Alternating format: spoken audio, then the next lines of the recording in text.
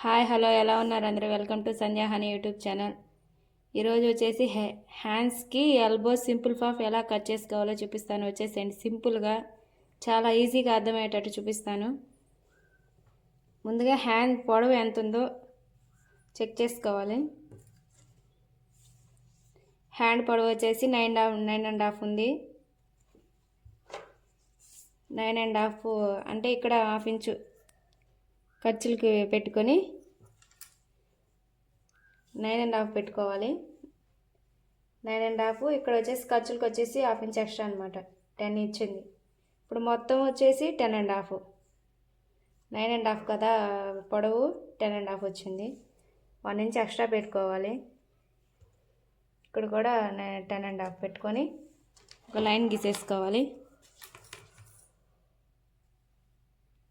ఇలా లైన్ గీసేసుకున్నాక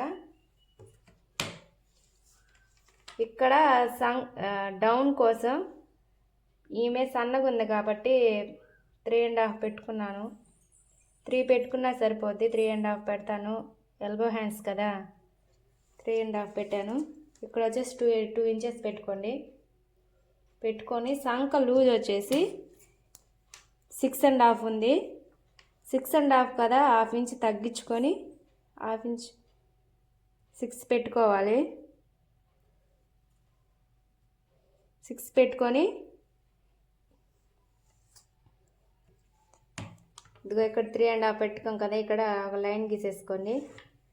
గీసేసుకున్నాక ఇక్కడ 2 ఇంచెస్ పెట్టుకున్నాం కదా, ఇక్కడి నుంచి ఇక్కడికి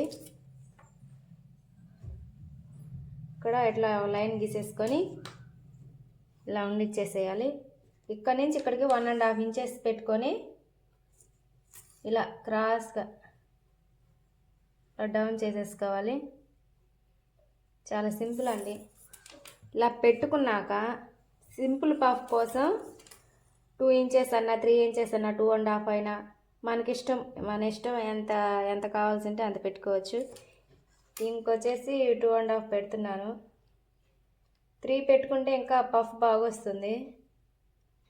ఇది క్లాత్ లేదండి, అందుకోసమే తక్కువ పెడుతున్నాను. 2.5 పెట్టాం కదా మనం, ఇక్కడి నుంచి ఇక్కడికి 2.5 పెట్టుకుంటే సేమ్ ఇలానే ఇక్కడ కూడా 2.5 పెట్టుకోవాలి.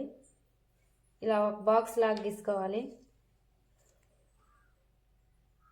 ఇలా పెట్టుకున్నాక ఒక బాక్స్ లాగా గీసుకొని ఇలా రౌండ్గా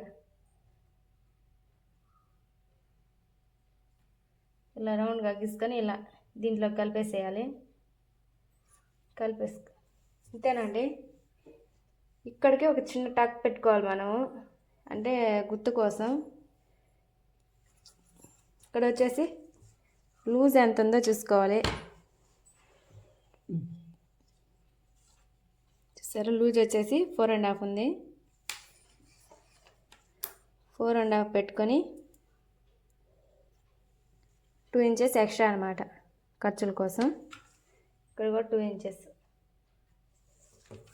ఇలా పెట్టేసుకొని ఇప్పుడు గీసేసి లైన్గా స్ట్రైట్గా ఒక గీత గీసేసుకోవాలి.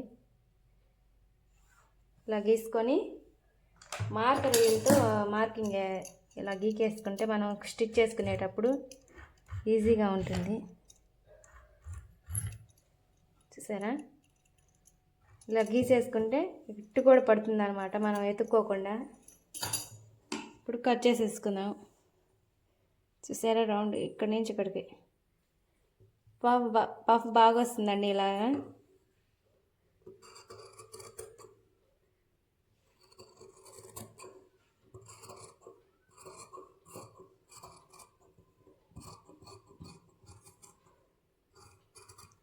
ఇలా పైకి కట్ చేసుకోవాలి.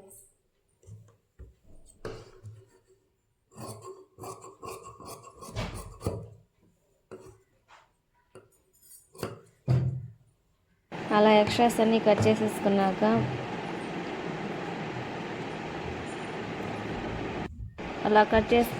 మధ్యలో ఒక కాటు, ఇప్పుడు సంకలో మార్కింగ్ వేసుకున్నాం కదా లూజు, అక్కడికి కాటు వేసేసుకుంటే ఈజీగా ఉంటుంది మనం స్టిచ్ చేసుకునేటప్పుడు. చూసారా, ఇలా టక్స్ వేసేసుకోవాలి. ఇప్పుడు మనం మార్కింగ్ వేసుకున్నాం కదా 2.5 అక్కడికి కూడా కట్స్ పెట్టేసేసుకోవాలి. చూసారా, ఇలాగా